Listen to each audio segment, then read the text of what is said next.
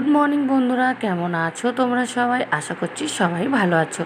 আজকে চলে আসলাম আবারও একটা মিনি ব্লগ নিয়ে। আশা করছি তোমাদের ভালো লাগবে। দেখো, মর্নিংয়ে সব কাজটা সেরে নিয়ে বসেছিলাম, তারপরে চলে আসলো বাবুর বন্ধুবান্ধব, আমার নাতনি সব এসে বাড়িতে হই হুল্লা শুরু করে দিল। রবিবার বলে কথা না, তো চলো বরমশার জামা কাপড়গুলো সব গুছিয়ে নেবো, কারণ এগুলো আবার সময় মতন কেচে দিতে হবে, নাহলে তো অফিসে যেতে পারবে না।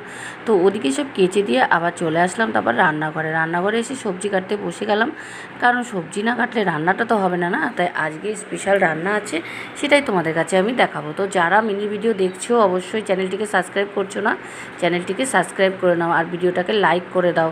দেখবে এরপরে তোমাদের আরও ভালো ভালো ভিডিও দেওয়ার চেষ্টা করবো। তো যাই হোক, গল্প করতে করতে চলো ডিমটা একটু ছাড়িয়ে নিই। আজকে কি রান্না হবে জানো? ডিম পাতুরিটা যে এত সুন্দর হয়েছে কি বলবো। যখন আমি ডিম পাতুরিটা বানাচ্ছিলাম তখন বুঝতে পারিনি যে ডিম পাতুরিটা এত সুন্দর হবে। তারপরে যদি খেয়ে দেখি, জাস্ট অসাধারণ ছিল, এত সুন্দর ছিল। আমার বরমশাই তো প্রচুর প্রশংসা করেছে, আর সেটাও ডিম পাতুরিটা তোমাদের একটু ভালোভাবে দেখিয়ে দিচ্ছি। দেখো কেমন হয়েছে বলবে।